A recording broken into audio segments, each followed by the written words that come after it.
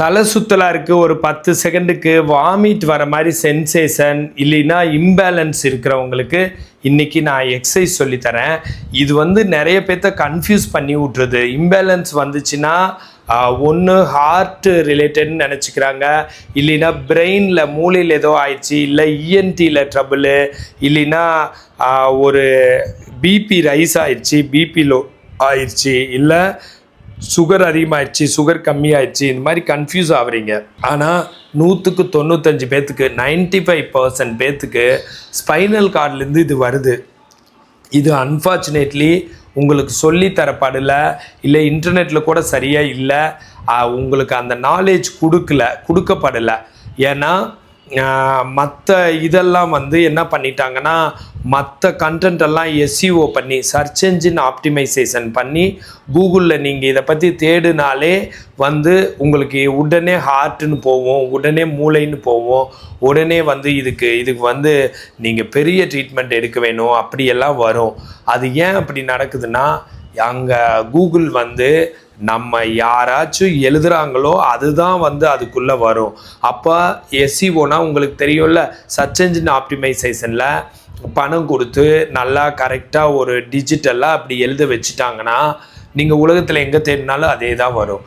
அதனால் தெரியாமல் இருக்காதீங்க, இந்த கூகுளை படிச்சுட்டுலாம் உட்காந்துருக்காதீங்க. இது எல்லாமே மெயினாக சர்வைக்கல்லேருந்து வருது. ஸ்பைனல் கார்டுங்கிறது ஒரு மிகப்பெரிய ஆர்கன். உடம்புல மோட்டார் அண்ட் சென்சரி, மோட்டார்னால் நடக்கிறது, பேசுறது, உட்கார்றது, எல்லாத்துக்கும் அந்த ஸ்பைனல் கார்டு தான் காரணம். சென்சரினா சென்சேஷன், இத்தனைக்கும் தொட்டால் தெரியுது இல்லைங்க, நெருப்பு சுட்டால் தெரியுது இல்லைங்க, அதெல்லாமே இதுதான் காரணம். ஸோ அங்கே ஒரு அழுத்தம் தான் இதெல்லாம் வருது. இதுக்கெல்லாம் மெயின் காரணமே ஸ்ட்ரெஸ், டிப்ரெஷன், ஆங்ஸைட்டி தான். அதாவது டென்ஷனாக இருக்கிறது, டென்ஷன் ஆகிறது, மன அழுத்தம் ஆகிறது, சோகம், படபடப்பு, ஃப்யூச்சர் நினச்சி பயப்படுறது, பாஸ்ட் நினச்சி பயப்படுறது, இந்த மாதிரி உடம்புக்குள்ளே இருக்கிற அந்த மனசுக்குள்ளே வர்ற கஷ்டங்கள் தான் அப்படியே ஸ்பைனல் கார்டில் கண்டக்ட் ஆகி இதெல்லாம் வருது. இதுக்குன்னு சில எக்ஸசைஸ் சொல்லித்தரதா சொன்னேன். First exercise rotation clock wise 7, rotation anti clock wise 7, shoulder bracing exercise 7. இதை தவிர ப்ரீத்திங் எக்ஸசைஸ் ரொம்ப யூஸ்ஃபுல்லாக இருக்கும். உங்கள் ஸ்ட்ரெஸ்ஸு, டிப்ரெஷன், ஆங்ஸைட்டியை நல்லா குறைக்கும். இன்றைக்கி நான் லங் வால்யூம் அதிகப்படுத்துகிற ப்ரீத்திங் எக்ஸசைஸ் சொல்லித்தரப்போகிறேன். வயிறு வரைக்கும் box breathing exercise R diaphragmatic breathing exercise. வயிறு வரைக்கும் உள்ளே இழுக்கிறது 9 கவுண்ட்டு, அப்புறம் ஹோல்டு பண்ணுறது 9 கவுண்ட்டு, வெளியில் விடுறது 6 கவுண்ட்டு. ஓகேங்களா? அப்போ லங் வால்யூம், லங் கெப்பாசிட்டி அதிகமாகுது. வெளியில் கம்மியாக விட்றோம், உள்ளே அதிகமாக இருக்கிறோம், ஹோல்டு அதிகமாக பண்ணுறோம். சரிங்களா?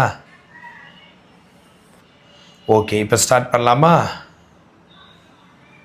நான் இப்படி ஃபஸ்ட்டு 9 கவுண்ட் எண்ணுவேன், அது உள்ளே இழுக்கிறேன். அடுத்த 9 கவுண்ட் எண்ணுவேன், அது ஹோல்டு பண்ணுறேன். அடுத்து 7 கவுண்ட் எண்ணுவேன், அது வெளியில் விடுறேன்னு அர்த்தம். 1,